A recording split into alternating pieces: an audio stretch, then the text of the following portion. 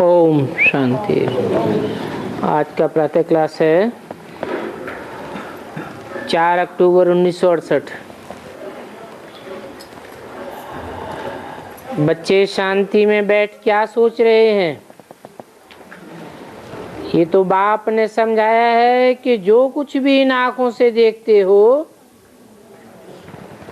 देखते हुए या कर्म करते हुए, क्योंकि ये कर्म है ना देखना। बच्चे बाप को देखते हैं, बाप बच्चों को देखते हैं। देखते हुए नहीं देखते हो, क्योंकि तुम अपने आत्मा की स्थिति में स्थित हो। तो आत्मा को ही देखते हो, आत्मा के बाप को देखते हो, न कि शरीरों को। आत्मा समझती है अभी यहाँ से हमको जाना है शांति धाम, फिर शांति धाम हो करके वापस आना है सुख धाम। इन आँखों से जो कुछ भी तुम देखते हो, ये सभी पुरानी तमो प्रधान चीजें हैं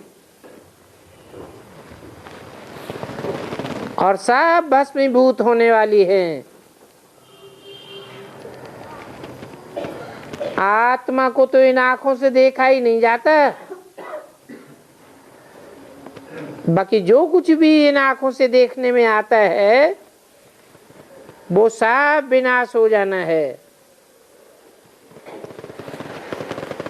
जैसे पुराने घर में रहते हैं और नया घर बनाना शुरू करते हैं, तो बुद्धि में चलते फिरते खाते पीते याद रहता है कि हम अभी जल्दी नए मकान में जाएंगे। नया मकान तैयार होने में बाकी 5-6 मास है। तो जिस दिन से बनना शुरू होता है तो बुद्धि उस तरफ चली जाती है। तो अभी नए मकान में तुम्हारा बुद्धि योग जाना है।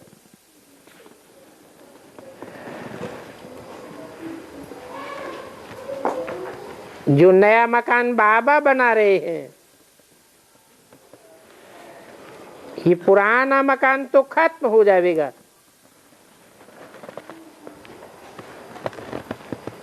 ये बेहद का ख्यालात है।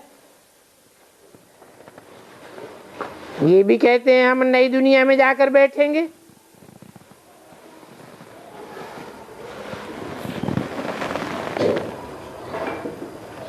शिव बाबा कहते हैं मैं नहीं जाकर बैठूंगा।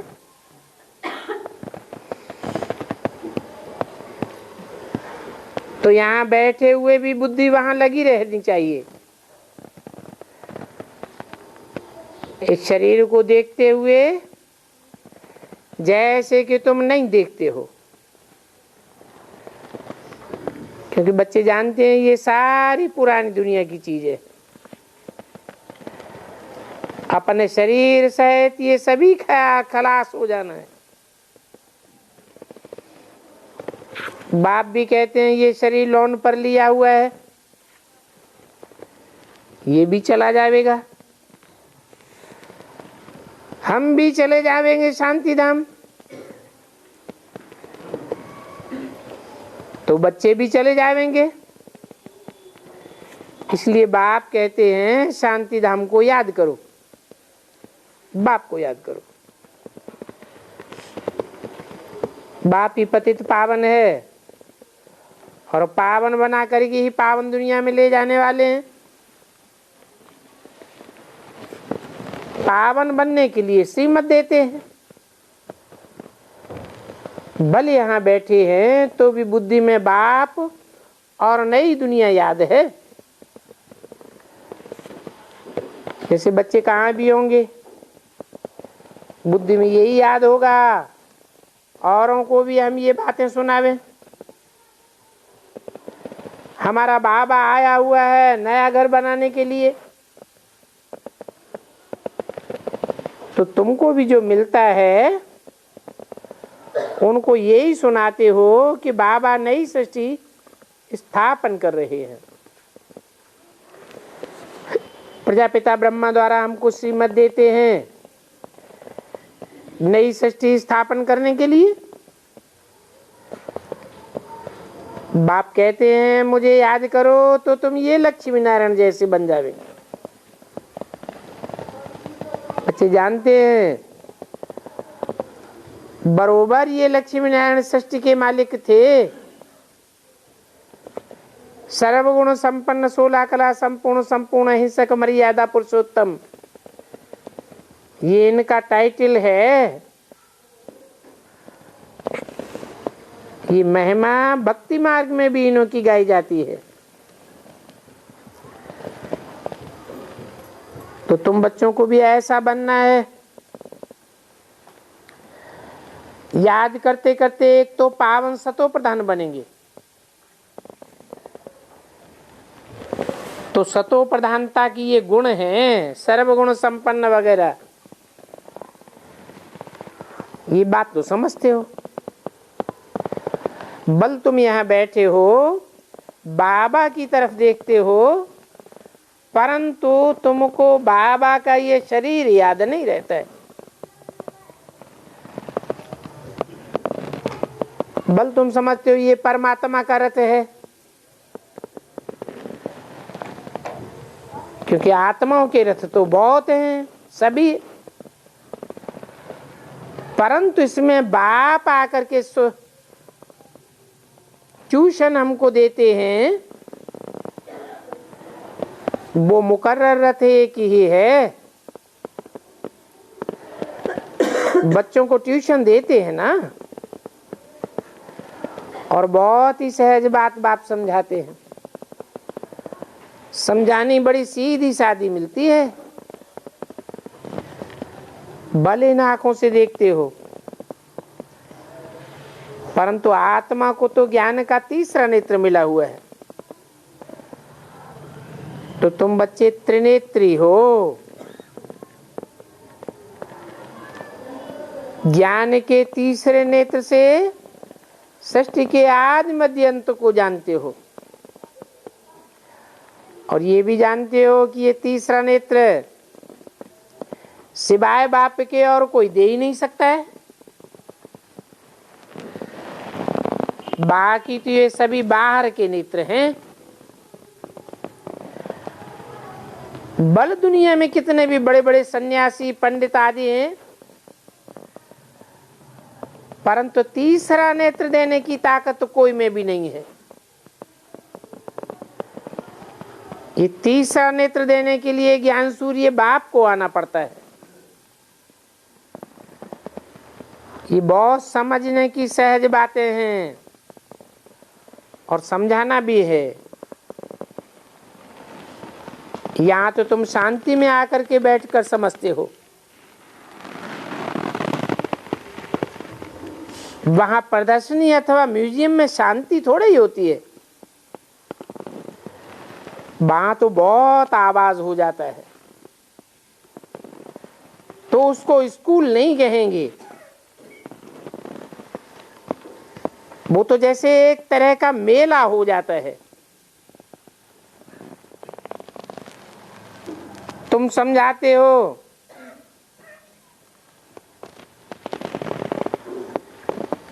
जबकि वह सेंटर में कोर्स करने के लिए टाइम देते हैं। तो मेले में इतना नहीं समझते हैं, इसलिए तुम उनको कहते हो एकांत में आकर के समझना। पढ़ाई की स्कूल भी हमेशा शहर के बाहर होती है, और तुम बच्चों का साक्षात्कार भी किया हुआ है कि वहां नई दुनिया में दूर दूर स्कूल होते हैं।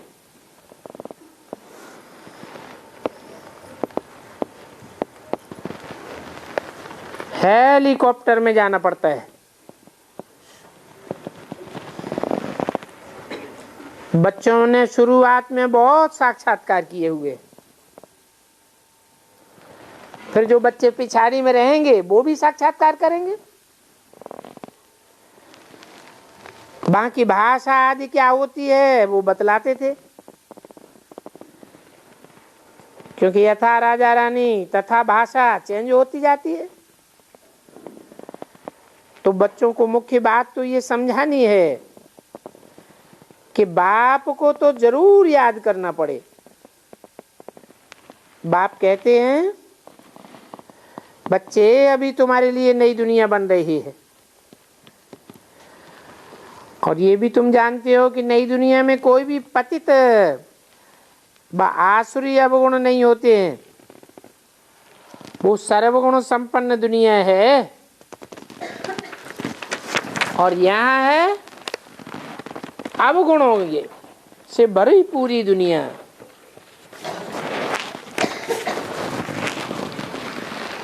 वो देवताएं तो कितने गुणवान होते हैं। यहाँ तो भक्त लोग गाते रहते हैं मुझे निर्गुण हारे में कोई गुण नहीं। 4:10:68 की वाणी का दूसरा पेज। निर्गुण बालकों की एक संस्था भी है।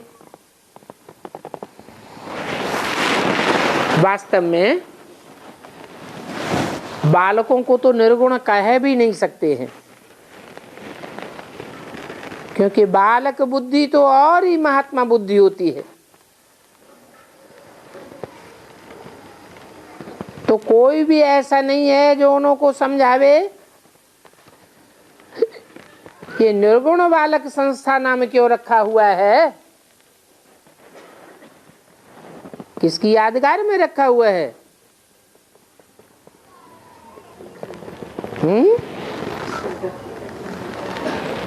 ये निर्गुण बालक संस्था नाम रखा हुआ है गुण और अवगुण शरीर में होते हैं या आत्मा में होते हैं? शरीर में होते हैं। और जो प्रैक्टिस करते हो मैं तो आत्मा हूं, मैं शरीर नहीं हूं, तो उसमें गुण होंगे।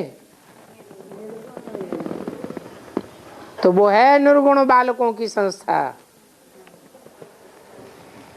उन्होंने तो उल्टा नाम रख दिया है, समझते कुछ भी नहीं। अभी तुम बच्चे समझते हो कि हमारे में गुण तो कुछ है नहीं, बाप हमारे में गुण भर रहे हैं।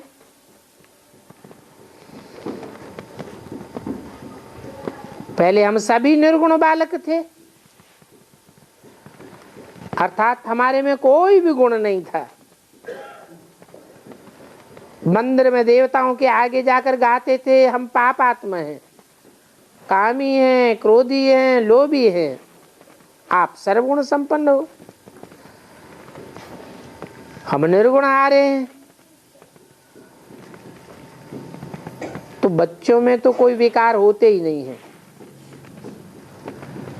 बड़े होने से फिर संग का रंग लगता है तो कैरेक्टर्स बिगड़ जाते हैं, अब गुण आते जाते हैं। शुरू में ही कैरेक्टर्स खराब हो जाते हैं। खराब कैरेक्टर्स वाले अच्छे कैरेक्टर्स वालों के आगे माथा टेकते हैं, क्योंकि वो पावन है और वो खुद पतित। तो देखो पवित्रता में और अपवित्रता में कितना फर्क है। पवित्रता की निशानी भी है डबल सिरताज। वहां कोई ऐसे लाइट का ताज नहीं होता है और न वो ताज देखने में आता है। ये सब समझने की बातें हैं। लाइट को प्योरिटी कहा जाता है। तो वो ताज देख करके समझा जाता है ये प्योरिटी वाला है। इम्प्योरिटी वालों को भी ताज है, परंतु वो स्थूल ताज होता है, वो होता है कलयुग में, और ये प्योरिटी का ताज होता है सतयुग में। इम्प्योरिटी का ताज द्वापर से शुरू होता है। तो प्योरिटी है फर्स्ट, इसलिए बुलाते भी हैं पतित पावन आओ,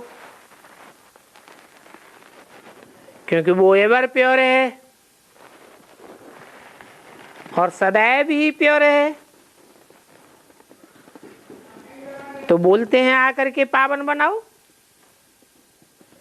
ये तो समझते हैं कि हम पतित हैं, तो फिर जो पतित हैं वो राम राज्य में कैसे आ सकेंगे? गांधी भी गाता था पतित पावन सीताराम। तो इसको कहा जाता है मिसअंडरस्टैंडिंग। कुछ भी समझते तो हैं नहीं। अब ये मिसअंडरस्टैंडिंग कितने समय तक चलती है? रावण राज्य में जो भी है वो तो समझते हैं ये अनादि चला आ रहा है, परंतु बाप आकर सभी की मिसअंडरस्टैंडिंग दूर करते हैं। अभी तुम बच्चे समझते हो कि ये मिसअंडरस्टैंडिंग कहां से आई? कहेंगे द्वापर युग से, शास्त्रों से आई। द्वैतवादी युग है ना, जो शास्त्र आदि पढ़ते हैं वो ही मिसअंडरस्टैंड की बातें सुनाते हैं। सर्वव्यापी कहना और फिर मुख से बोलते हैं कच्चा अवतार, मच्छा अवतार, पत्थर, ठिक्कर, बेहतर सब में। तो कितनी ही मिसअंडरस्टैंडिंग है। कह देते हैं गीता का भगवान श्री कृष्ण है, फिर कितनी मिसअंडरस्टैंडिंग हो गई। भक्ति माना ही मिसअंडरस्टैंडिंग। जो कुछ भी सुनाते हैं रांग ही रांग सुनाते रहते हैं। कलयुग अंत में आकर सारी दुनिया रांग हो जाती है। अभी एक बाप को ही राइट यस कह सकते हैं। रावण द्वारा सब अंडरस्टैंडिंग मिस कर देते हैं, अनराइटियस बन जाते हैं। तुम अभी समझते हो द्वापर से लेकर के हम बेसमझ बने।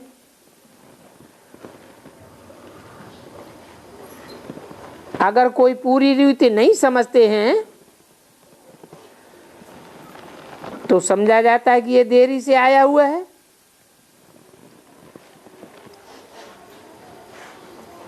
फिर देरी से ये आवेंगे। बाप जो बातें समझाते हैं वो सभी बातें एक रस होकर नहीं सुनते हैं, नंबरवार है ना। तुम तो शुरू से ही पार्ट बजाते आए हो, फिर तुमको ही पहले पार्ट बजाना है। पीछे पीछे जो आने वाले धर्म हैं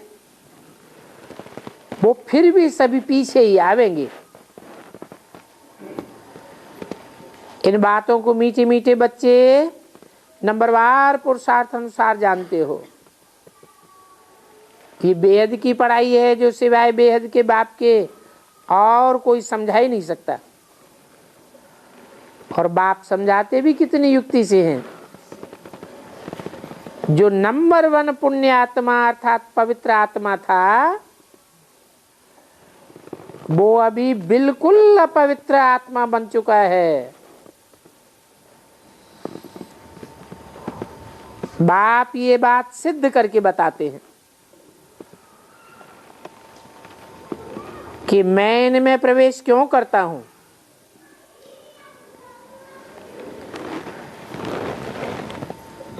क्योंकि इनको ही फिर नंबर 1 में आना है।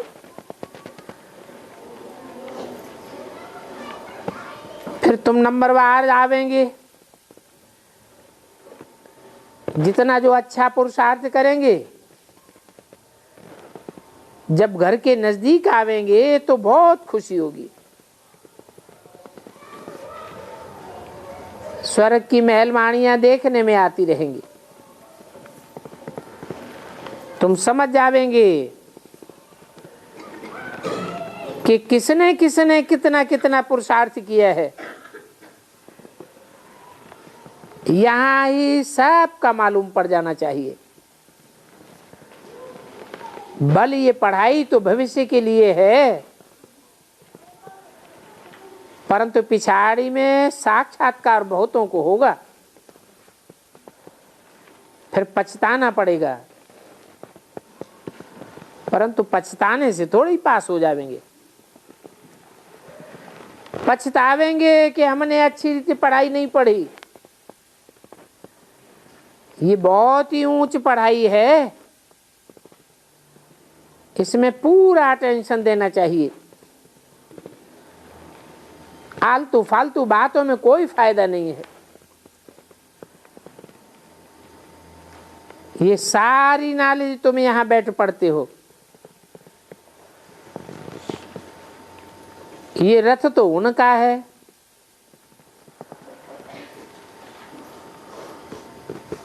उनका क्यों कहा? उन्हें रथ के बारे में बात बताई कि जो रथ मैं लेता हूं वो कोई एक का नहीं है, उसका नहीं है, इसका नहीं है, उन दोनों का है। कौन दोनों? राम और कृष्ण। और ये दोनों इकट्ठे इसमें बैठे हैं। ये भी समझते हैं हमारे में शिव बाबा की प्रवेशता है।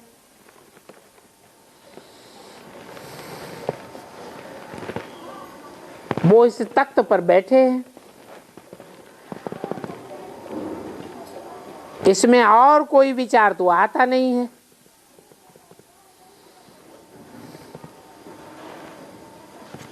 जानते हैं ऊपर से बैठे कैसे पढ़ावेंगे? पढ़ाने के लिए तो मुख चाहिए, नहीं तो मुख से जो अमृत धारा लेते हैं भक्ति मार्ग में, अमृत धारा लेते हैं ना, वो क्या है? गायन भी करते हैं अमृत छोड़ बिख काहे को खावे। तो तुम अमृत पीने से देवता बनते हो, बिख तुमसे छुड़ाया जाता है। बाप कहते हैं ये पढ़ाई है,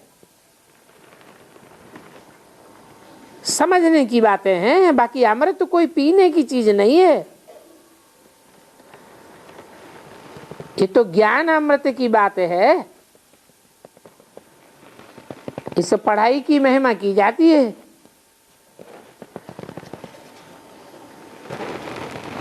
तो देखो भक्ति मार्ग में ये अमृत रस पीने के लिए कितना दूर दूर तक भटकते हैं, परंतु वो बेचारे समझते कुछ भी नहीं है। 4:10:68 की वाणी का 3रा पेज। तो इस बात से सिद्ध होता है कि बाप जरूर कोई में प्रवेश करके समझाते हैं।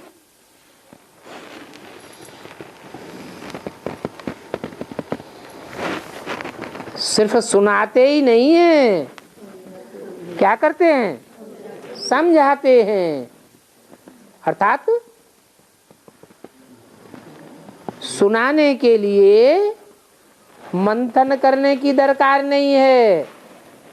सुनना सुनाना तो सहज होता है, परंतु समझना और समझाना इसमें मंथन की बात है।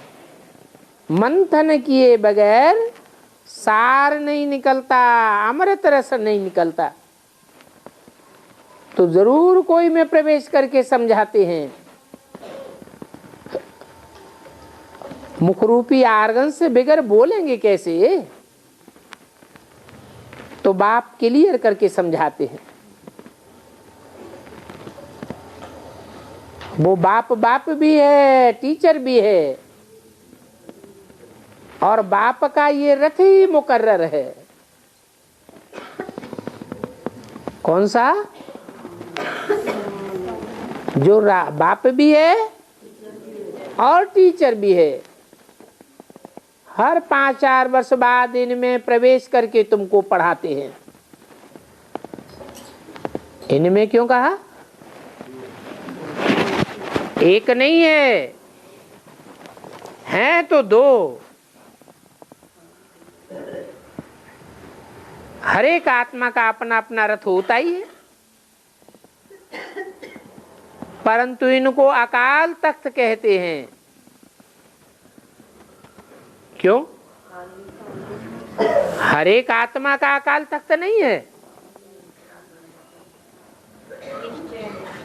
काल शरीर को खाता है, रथ को खाता है, परंतु मैं जिनमें प्रवेश करता हूं उनमें से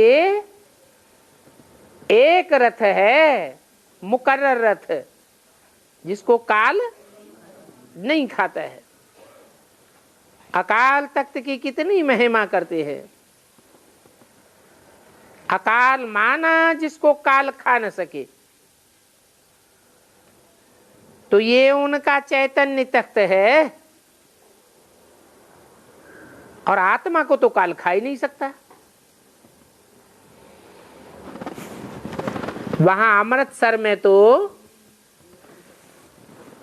एक तख्त बना के रखा है, जिसका नाम रख दिया है अकाल तख्त।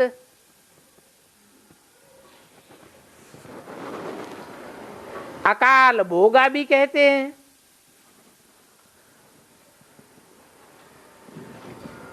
और फिर वो अपना नाम रख देते हैं अकाली। कौन से धर्म में? सिख धर्म में।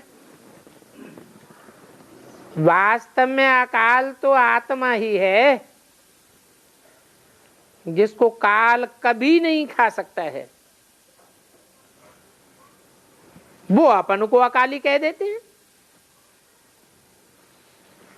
अकाल तो सभी आत्माएं हैं। अक्षर तो बहुत अच्छा है, परंतु उसका अर्थ भी तो समझाना है ना। तो बाप बच्चों को थोड़ी थोड़ी बात बैठ समझाते हैं।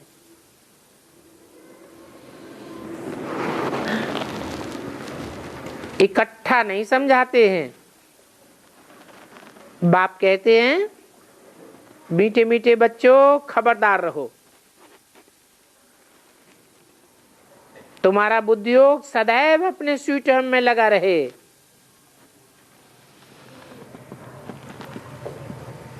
वो तुम्हारा स्वीटेस्ट होम है ना,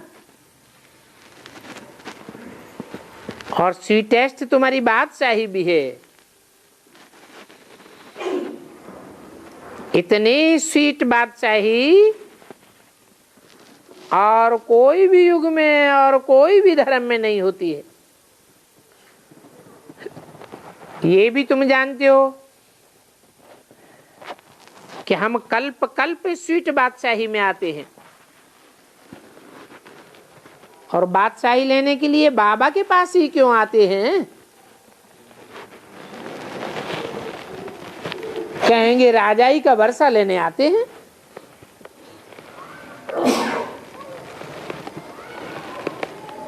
सुना हुआ भी है। सत्यनारायण की कथा तो सुनते हैं ना। उन कथाओं में बहुत कुछ लिखा हुआ है। अभी तुम क्या कर रहे हो?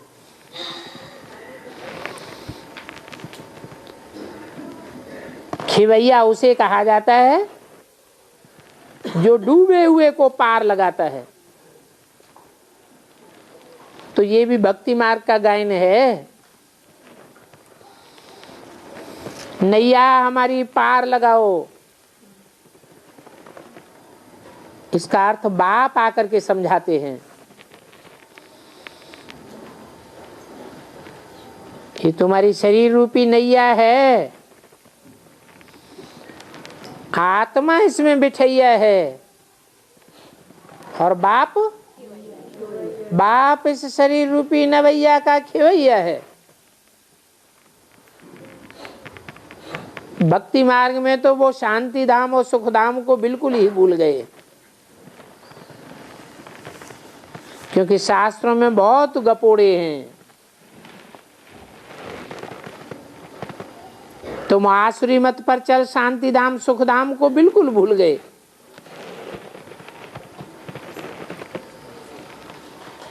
यहां तो भगवान वाच, मैं तुमको राजयोग सिखलाता हूं,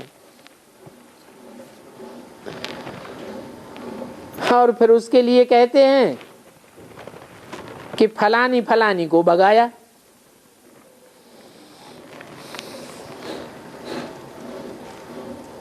इतना ही नहीं, मक्खन चुराया। कितनी वाहियात बातें लिखी हुई। इन बातों का अर्थ भी संगम युग पर बाप आकर समझाते हैं। नहीं तो भक्ति मार्ग में तुम क्या क्या करते रहते हो और क्या क्या कहते रहते हो।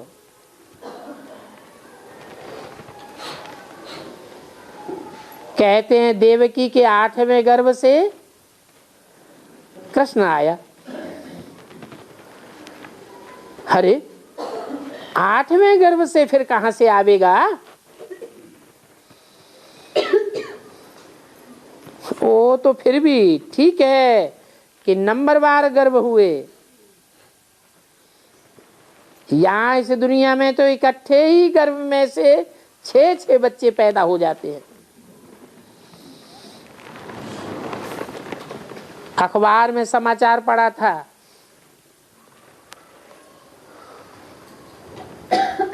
4 बच्चियां और 2 बच्चे, टोटल मिलाकर 6 बच्चे इकट्ठे ही पैदा हो गए।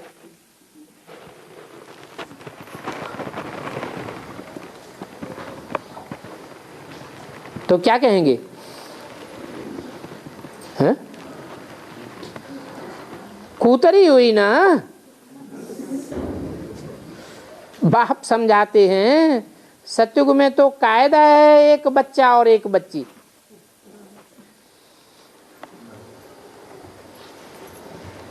तो क्या वहां कूतरी और सुअरी नहीं होती है?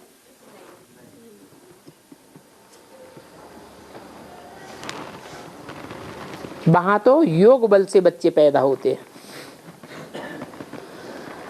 वहां रावण राज्य ही नहीं, क्रिमिनल राज्य होता ही नहीं है। सत्युग में तो कायदा है, अब भी विचारी उसे योग बल कहा जाता है। रावण के आने से क्रिमिनलाई शुरू होती है।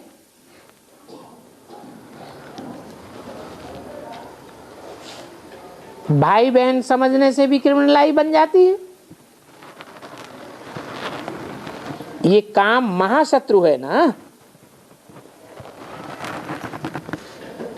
अभी तुम समझते हो, हमारे राज्य में ये क्रिमिनलाई आदि कुछ भी नहीं था। हम बिल्कुल पवित्र थे, कोई इंद्रियों में भी विचार नहीं था। इसलिए वहां आयु भी बड़ी होती है।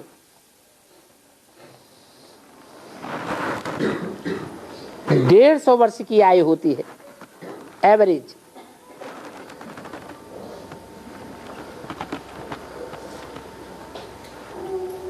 क्योंकि इस संगम युग पर यह योग की कमाई तुमने की है तो तुमको वर्षा मिल गया। तो बाप फिर भी कहते हैं बुद्धि में याद रखो कि हम आत्मा हैं, हम शरीर नहीं हैं। अभी हम आत्मा को अपने घर वापस जाना है। हमारा 5000 वर्ष का चक्र पूरा हुआ। ये चक्र पूरा किए बगैर कोई भी वापस नहीं जा सकता और न कोई सदाकाल के लिए मोक्ष को पा सकते हैं। ये तो बना बनाया ड्रामा का चक्र है। इस चक्कर से कोई भी निकल नहीं सकता।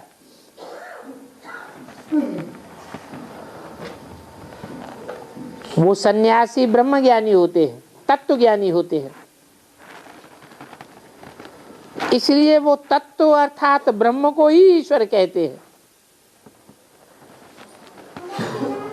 कितनी मिसअंडरस्टैंडिंग है। एक मिसअंडरस्टैंडिंग के कारण वो कभी पुण्य आत्मा नहीं बन सकते। किसको याद करते हैं? है? ब्रह्मा को याद करते हैं। ब्रह्म को कहो, ब्रह्मा को कहो, तत्व ही तो है। बाबा ने तो कहा ऐसे ब्रह्मा का चित्र भी नहीं रखना है। अगर चित्र भी रखेंगे तो पतित बन पड़ेंगे। तो ब्रह्मा को याद करते हैं। ब्रह्मा अर्थात बड़ी मां, उसका बुद्धि रूपी पेट हम सब आत्माओं का घर है। हम आत्माएं कहां से पैदा हुई? कहते हैं ब्रह्मा के सत्संकल्प से सृष्टि रची गई। तो ब्रह्मा का वो सत्संकल्प स्थूल पेट में चलता है, यह बुद्धि रूपी आत्मा के पेट में चलता है।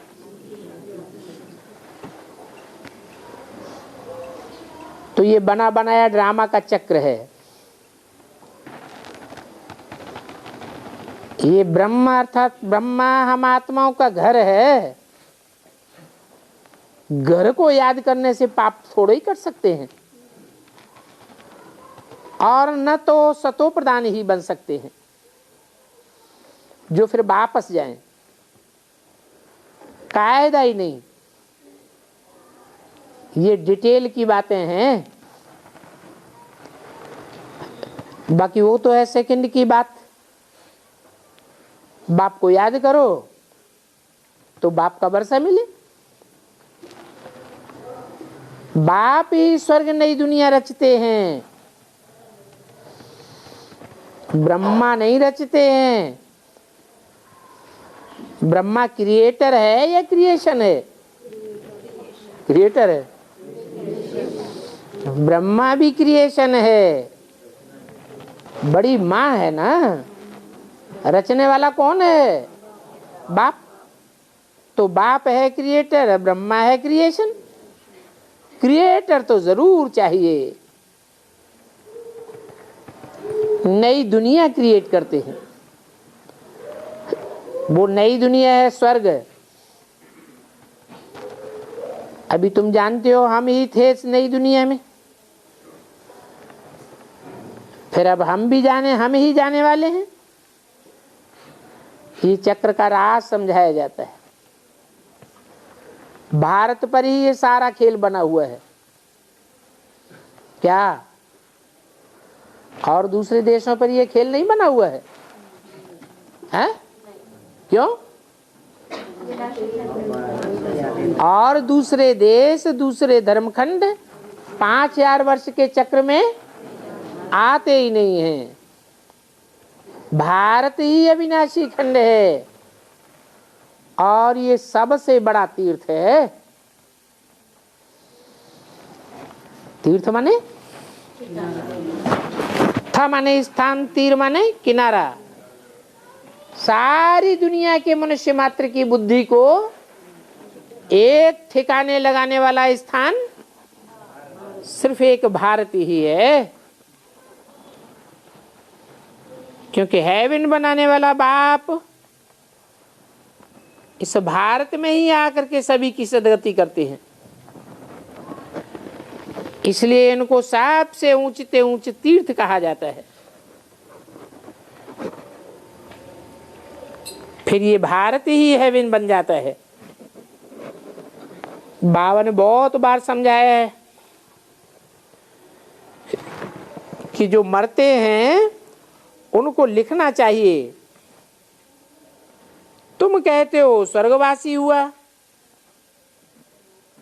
तो बताओ कहां का वासी था? जरूर कहेंगे नरकवासी था। वो अकेला नरकवासी था या सभी नरकवासी हैं? सभी नरकवासी हैं। तो स्वर्ग तो सतयुग को कहा जाता है। ये तो कलयुग है, कलह क्लेश का युग है। यहां सब नरकवासी हैं और रौरव नरक है। जैसे नाली होती है ना, तो नाली में कीड़े रौरी आते रहते हैं, एक दूसरे को काटते रहते हैं और रार मचाते रहते हैं।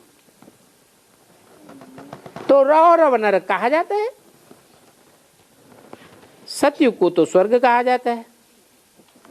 तो उन्हें समझाओ कि अभी ये कलयुगी दुनिया नरक है, तुम सब नरकवासी हो। नरक से निकलकर स्वर्ग में जाना नहीं चाहते क्या?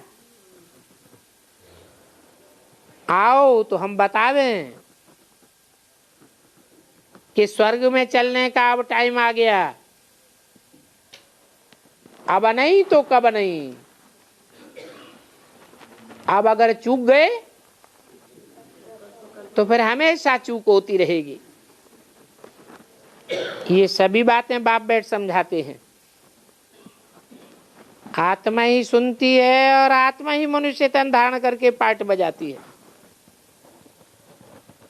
ऐसे नहीं जानवरों का तन धारण करती है। जानवरों के तन में मनुष्य आत्मा कैसे सुनेगी? मनुष्य को मन तीखा होता है या जानवरों को मन तीखा होता है? मनुष्यों का मन तीखा होता है, इसलिए उनको मनुष्य कहा जाता है।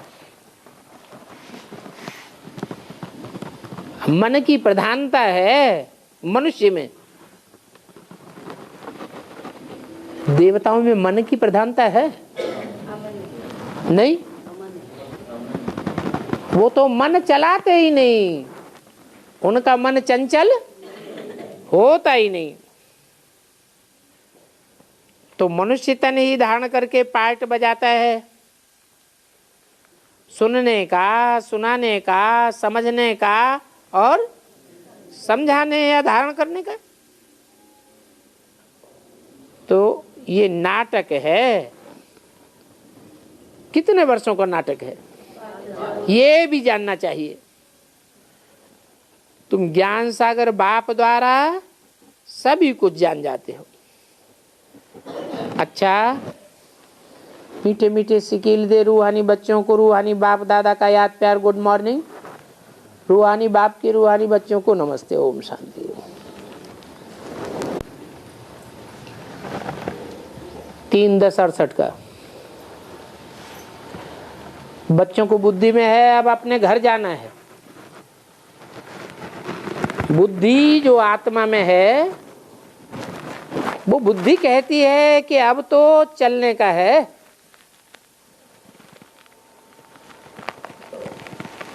बुद्धि में वैराग आ जाता है।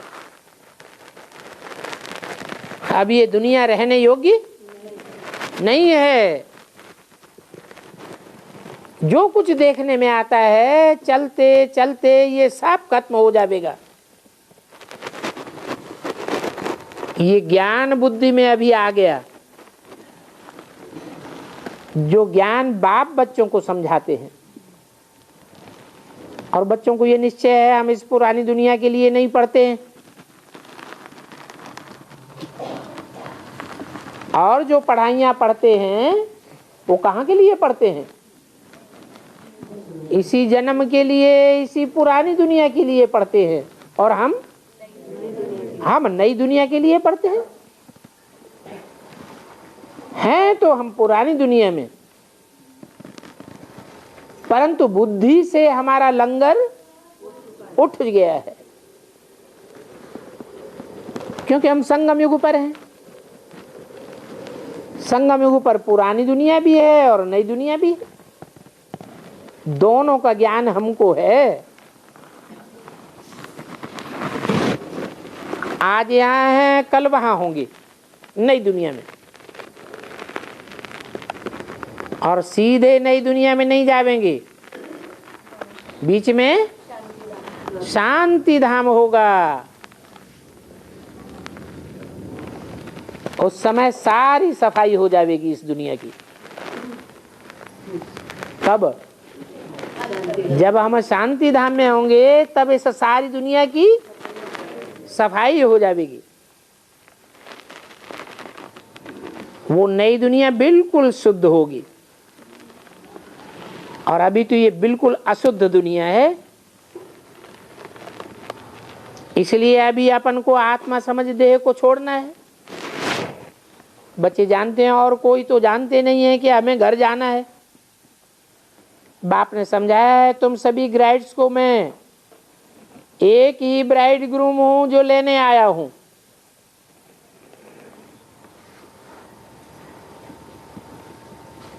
कहां भेज देते हैं? हाँ? घर में ले जाता हूं और फिर नई दुनिया में भेज देते हैं। तुम जानते हो हम सभी को बाप विश्व का मालिक बनाए देते हैं। ये भी जानते हो कि सजनिया भक्तियों को कहा जाता है।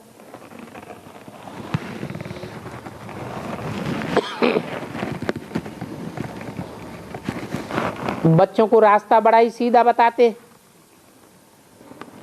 याद करने से तुम पावन बनेंगे। इस समय तुम बच्चों को ज्ञान भी है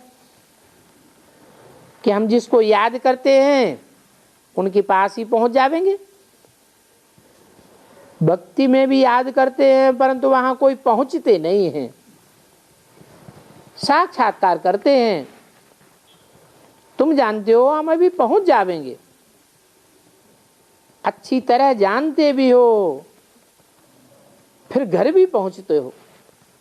बहुत समय हो गया घर से आए हुए, तो बच्चों को ढूंढने का नहीं रहता है। ड्रामा में ये नूद है। काम चिता पर चढ़ करके सभी काले बन गए, अर्थात भस्म हो गए हैं। आग लगती है तो सभी काले हो जाते हैं। अभी तुम सभी ज्ञान चिच्छा पर सवार हो, गोरे बन जाएंगे। बाहर जब रहते हैं तो सभी बच्चे पुरुषार्थी हैं। पुरुषार्थ कराने वाले भी खुद पुरुषार्थी हैं। ये तो तुम जानते हो कि यहाँ इस दुनिया में बाप को तो पुरुषार्थ करना नहीं है। हाँ, तुमको कराने वाला बाप मिला है।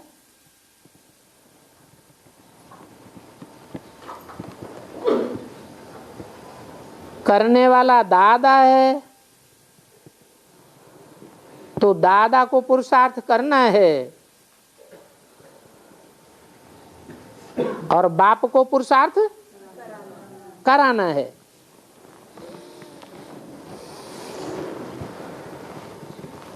बाहर में तुम पुरुषार्थ करते हो, कराते हो, और यहां यहाँ बाप के सामने करते हो या कराते हो? यहाँ तुम पुरुषार्थ करते हो। तो ये सभी बातें ऐसी हैं जो कोई की भी बुद्धि में पूरी रीते बैठ नहीं सकती। बिना समझाए कोई की बुद्धि में नहीं बैठ सकती। समझाने वाला जरूर चाहिए। तुम कितना भी समझाओ किसी को, लिखो, तो भी लिखने से कोई समझ जावे ये हो नहीं सकता, क्योंकि स्टूडेंट को टीचर जरूर चाहिए। तो यहां आने से ही बच्चे समझते हैं, और सभी तरफ से बुद्धि को हटाए यहां लगा देते हैं। बच्चों को सुख मिलता है। शांतिधाम सुखधाम को भी तुम जानते हो। जानते हो किसी आज की यात्रा का ही महत्व है, जिससे तुम पतित से पावन बनते हो, और पावन बनाने वाला यहां बैठा हुआ है। भक्ति मार्ग में महत्व की बात ही नहीं होती है। ये भी बाबा समझाते हैं, भक्ति मार्ग का चक्र पूरा फिर लगाना ही है। फिर समझाते हैं भक्ति क्या है, ज्ञान क्या है। बच्चों की वृद्धि भी होती रहती है। सुदर्शन चक्रधारी बनने से तुम पद्मा पदम भाग्यशाली बन जाते हो। इसलिए दिखाते हैं कि तुम्हारे पैर में पदम है।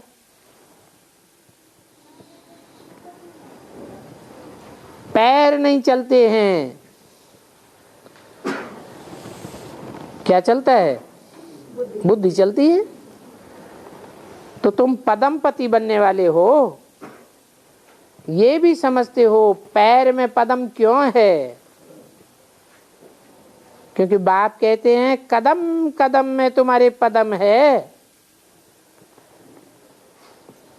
कोई भी काम करने के लिए तुम जो भी कदम उठाते हो, श्रीमत के अनुसार उठाते हो, तो तुम्हारे हर कदम में पदम है, पदमों की कमाई है। तो ये सारी बुद्धि से समझने की बातें हैं।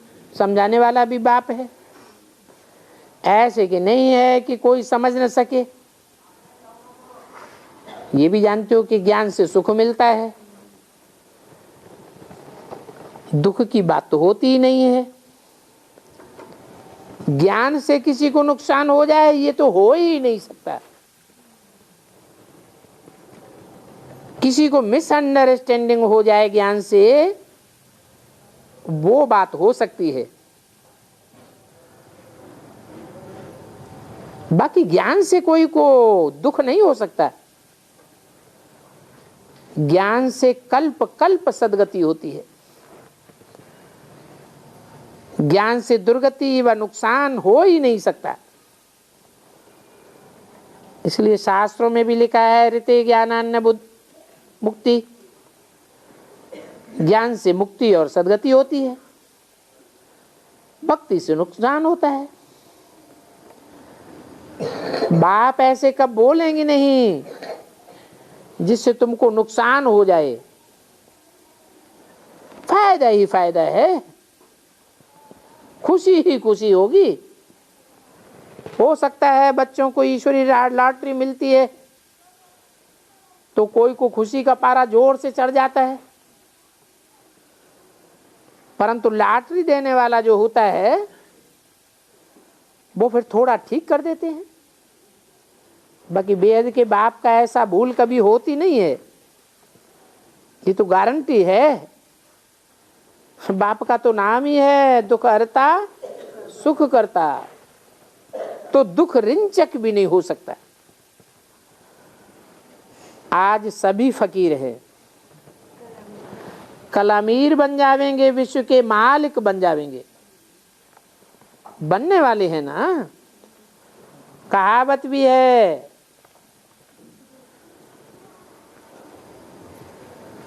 कि एक बनिया था, सत्यनारायण में कथा आती है ना,